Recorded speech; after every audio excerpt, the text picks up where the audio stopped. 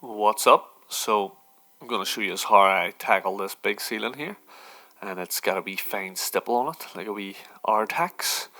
So we're going to have to bond and skim it. Look at the state of that. Yep, well old fashioned now, guys. Nobody wants it. Nobody has time for it. Nobody wants to paint it. So we come along and we fix it. I get the big refiner bucket ready to go. Some bonding. Got that patch cut out, a bit of a sag there, must have been a leak or something, but it's cut out and dealt with now. And look at all these cracks, they're all going to need addressed with some scrim tape. And also you see them screws there, guys. I screw up when I see cracks like that. I give it a good screwing and make sure that's all nice and tight. You don't want no bouncy boards when you're balling away like I am here. Just such a good feeling when you get that first coat all nearly on. I love showing you it all complete. But yeah, so much more satisfying. Even when it's bonded, it looks better in my opinion. Getting rid of all that nasty stipple. But yeah, so PVA'd ceiling, guys. All the prep was done. Get it all PVA'd up. Wait till it's nice and tacky, and then get your mix going and get it all bonded up. Again, make sure and check the dates of when if it is artex, when it was done, as it could have asbestos in it, and you don't want to be scraping and putting screws and all in that. Maybe best just to remove it.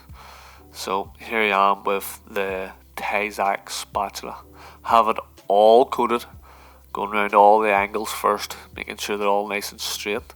I know it's not the biggest rule. I could use a bigger rule, but this'll do fine. Works well, guys. Shows you anything obvious that your eyes aren't picking up. You know, as soon as you put that on, you'll see if it's not straight. And I just love the way this one's nice and light, and it's comfortable in hand. But I just love the way it flattens it in, also. So not only helps straighten it, but takes out the odd wee line and stuff as well. So it's just so much better. Again, use a straight edge. You're going to have to trowel it in after you straighten it up. You know, a feather edge, it's going to tear it. It won't leave it nice and flat. Try not to drip the bonding into the bag of stuff here. Don't want no lumps in my next mix. So have it all straight. Just going to flatten the middle in, guys. Again, the middles on ceilings aren't specifically as important, because it's the angles that's going to give away a ceiling if it's bad. But again, this saves me a lot of troweling up. As you can see, look how flat that comes up. And here, what have we got here? It's all done. It's brushed in, and this is how I like. See, when I see it going brown like this, this is when I start my mix. There's no big wet patches. It's all starting to turn all now. This is when I love to get my mix. This is a big top trade secret from me. When it's peppering in like this, going brown, I know that it's set. It's not going to slide. It's not going to eggshell. It's really on its way. That's when I get my skim mixed and get it applied. You can still see there's still some bits that are still a bit softer, but that's good. That'll pull my first coat in as it sets. They'll all set together. Again, have it all brushed with the brush, giving it a wee key, so I know that I'm also getting a nice mechanical bond, as well as when it sets together, a chemical bond. Best of both worlds, guys. Again, that is hard to get your time in. That's took me, takes me time to learn that. So if you are starting out, you're going to have to take your time. You might be better letting it go further brown. You'd be better waiting for it to go a bit too far than going too early. If you go too early, you'll have major problems. You're going to get blisters. You could get sliding. That would be your worst thing, that if your skim starts setting quicker. And look at these big strides, guys. But I'm skimming the ceiling here. Not really taking any backward steps, just using my body length. That's how you keep it nice, big strokes. Keep it all nice and straight. Trying to eliminate as many lines as possible. This is the second coat now that we're firing on here. I'll go into a bit more detail and talk a bit more when we come to the troweling stages here. But basically, second coating. Again, if you are new to it, you might prefer a fresh mix the second coat with.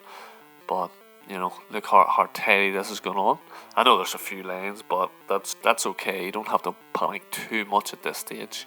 But like I always say, the neater you get it from the first coat to the second coat, the first trowel, everything follows. Everything's neater. So the neater you are, the more fussy you are early on, the easier the stages are going to be. And this is quite a chunky ceiling, guys. It's no wee one board ceiling. Like, this is a big ceiling, and this is me now troweling up, fresh clean water, cleaning my angles, nice clean trowel. And what I do is I'll pull, basically, most times when I'm plastering a ceiling, I will try and walk against the light for the first at least 3 wet trowels, and that just sort of helps. If there is any bumps, that sort of just helps reduce them. You'll not see them just as much. But obviously we have a window going, one there and one going there, so if I can walk across these, then grand. But sometimes you get a window on a north-south wall and an east-west wall, which, again, your ceiling you should trowel it up that well that it won't be noticed. But the big tip there basically is, if your ceiling's going, if your windows are coming in left and right the way they are here, then you want to go up and down when you're troweling. So as you see, I'm cleaning and pulling out this angle here. The walls aren't being plastered in this room, so it's just a big stipple to hide and get rid of that nasty stipple.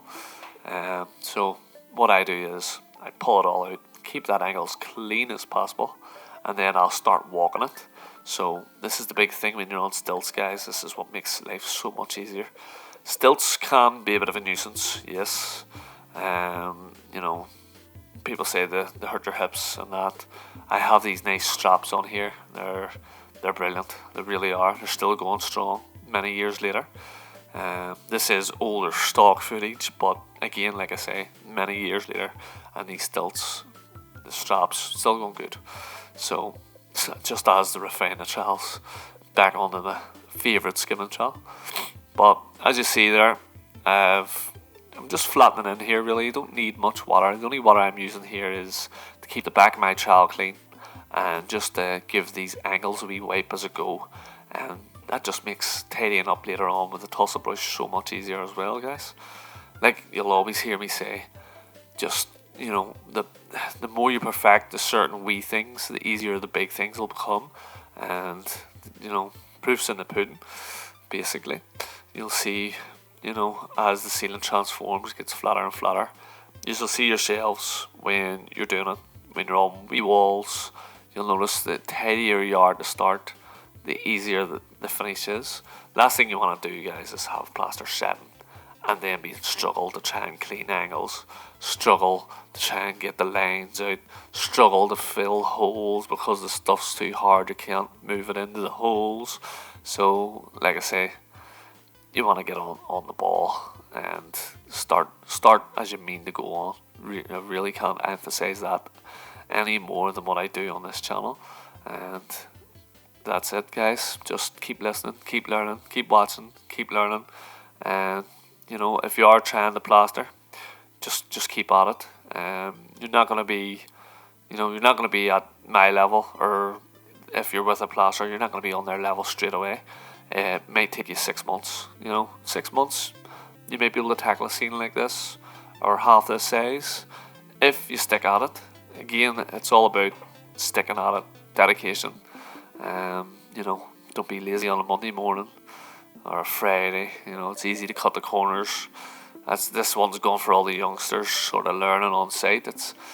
You get a bit more respect off people if you show up every day on time and willing to work. If you're willing to work and willing to learn, ask questions, ask why, ask what's fastest, what's easiest, all the rest. You'll pick up so much from that. But again, that's if you're interested. If it's just a job, then same thing. The more you know about your job, the more you can get paid. The faster you'll learn, the more you'll get paid. It's all the same. So with this is really my major first wet trowel now. And again, just going around the angles. It's basically, once you do your first flatten in and your first wet trowel, it's basically all it's all routine then. Everything should start falling into place. You should know the lay of the land on the floor and stuff. If there is anything dodgy on the floor, you should know where it is by this stage as well. But hopefully before you get up on the stilts, you have everything safe. Safety's number one. Number one, guys. Keep safe. Keep plastering. Make sure that floor's clean, tidy. There's no wires hanging about. If you have dust sheets down, make sure they're nice and tight. You're not going to trip over them. Even that goes if you're using planks and stuff and trestles. Make sure that the planks or the boards are all nice and tight. They're all the same level.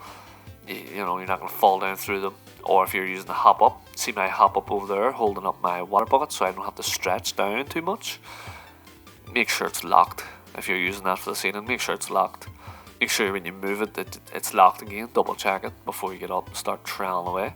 Because once you go down, guys, you're down. You can't just float, unfortunately, as some videos do suggest. But anyway, here we are again, working this back angle, still working across the light of the windows, and then we'll walk it. And you might notice the carpet's not covered up here. It's all getting ripped up as soon as we're done, but I did cover up my mixing area, covered up the radiators, cover up the doors.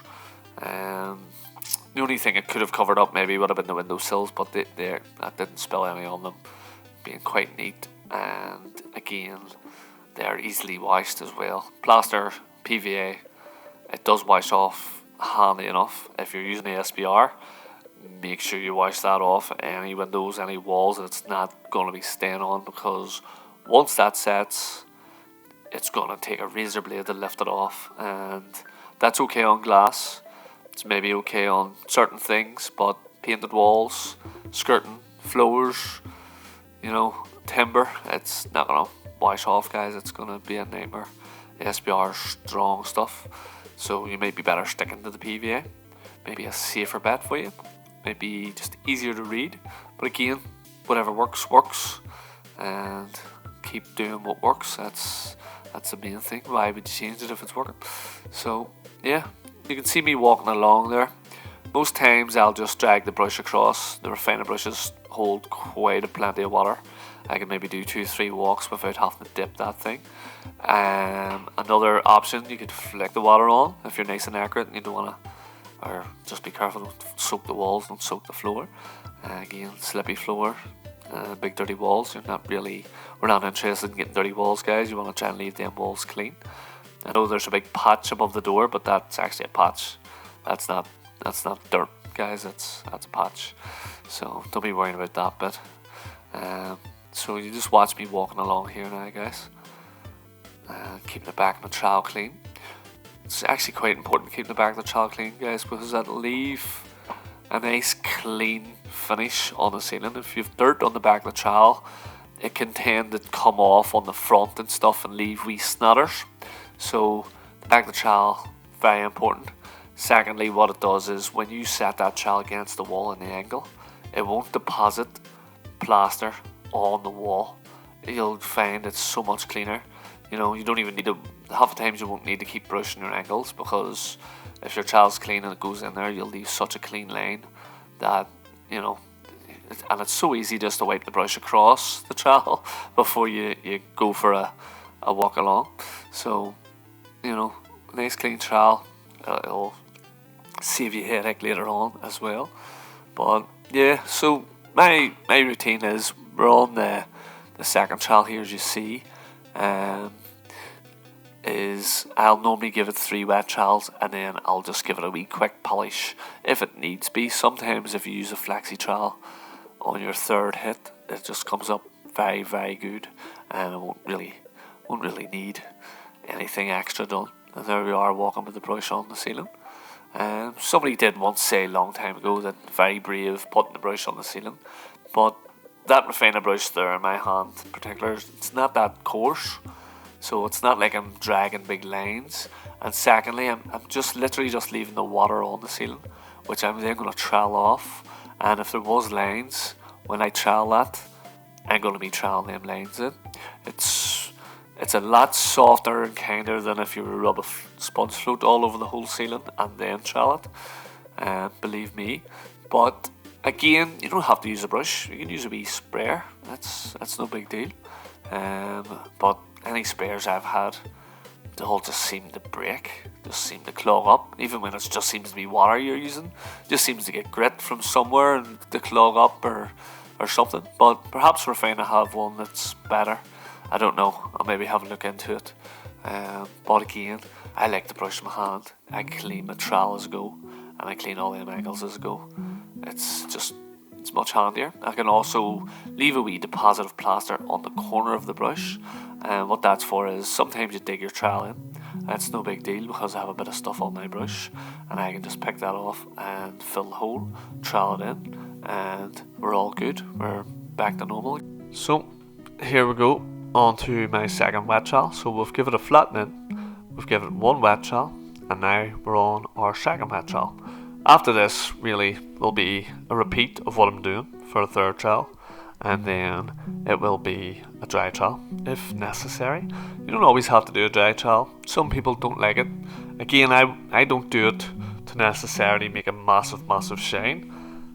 Although I'm like everybody else, the shine does look nice and it looks cool.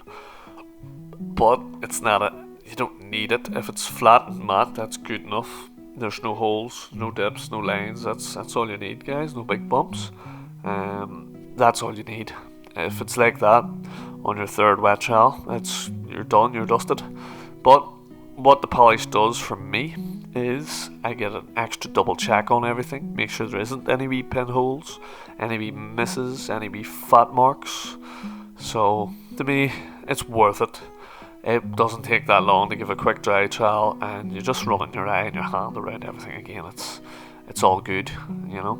You're not trying to polish the life out of it so the painter's struggling. You're just trying to put that last finishing touch on it, make sure there's no blemishes, and you're good to go. So again, same as previous, starting along the same corner where I started. Sort of quite important, take it where you started, guys, because that first on should be first set, you know, technically, unless there's a radiator on the other side of the room and it's roasting hot and the window's open and stuff, you know, you might have to start troweling that side first. So yeah, like I said, timing's key in plastering. I always say that. The whole channel's full of it. Every video I'm talking about timings, you know, talking about when, talking about why. So much tips given throughout the whole channel. 500 odd videos. It's absolutely brimming with knowledge of plastering at this stage, and I think we can add another 500 no problem. I think there's so much aspects to plastering that we haven't even begun to scratch the surface just yet. But here we are. Look at the ceiling now. Like I say, it's absolutely flat. Getting rid of that horrible stipple. Back to the future here with a nice flat ceiling. No more texture. Coming out of the 60s now, you know. But yeah, I could add timings to the videos, guys. If anybody's interested in that, let me know. Would you like me to write down when you know, how long I leave my PVA, how long before the first coat, how long before the first trowel to be flattening, how long before this, before that. Again, like I say, I do prefer to show you more why and how other than time. As you'll notice, you probably never once seen me on video when I'm plastering looking at my phone, looking at my watch, sitting saying, it's been 20 minutes, I think it's time to trowel this. That's not really how plaster works. Plaster's all about the environment. Is it winter? Is it a warm house? What's the background? What are you plastering over? Is it a red brick wall? Oh, that's really hot. You know, Belfast brick here, guys, will, you know, you can throw a bucket of water around it and then put sand cement on, and your sand cement will still dry like crazy. You could scud it with the SBR and then put a scratch coat over it, and your scratch coat will still dry like crazy. It's probably the hottest suction. It's like soap block. Soap block, it's quite hot as well. Very similar sort of suction to that at times. But yeah, well, I think I could cover it. I think I could make a video, but it would have to be approx, timings. It won't. I don't want to give anybody say, oh, like 10 minutes, and then they think, oh, it's too bad. What's he mean 10 minutes? What's he mean? So everything will be in a prox if I ever do make them types of videos. I think I probably could do it with quite ease. Even on this video, I could maybe break this video down shorter and blast through timings more than just technique, where I think mostly in this channel it's mostly technique and why I'm doing it, and telling you like the indicators to it. When you put your fingers up, I'd rather you touch tested it and use your trowel, get a feel of it. See, oh, it feels wet on the trowel, or it's leaving lines still. It's not ready.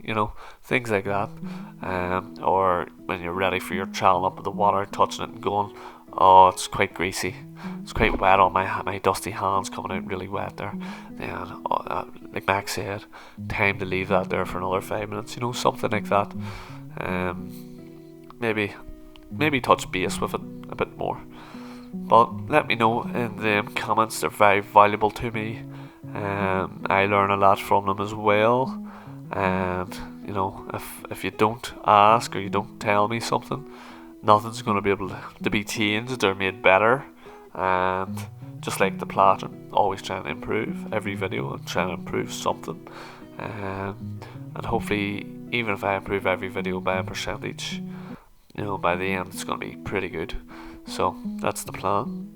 But yeah, hit me up, let me know what you think there, and got plenty of good up and coming stuff coming to the channel as always, guys. Always new stuff coming up, always better tutorials, more in depth, breaking down videos in the different categories and stuff. So yeah, hopefully you're enjoying the channel. Hopefully you're still subscribed and are subscribing if you're new. And I think there's always a lot to learn. I'm still learning. We're all learning every day.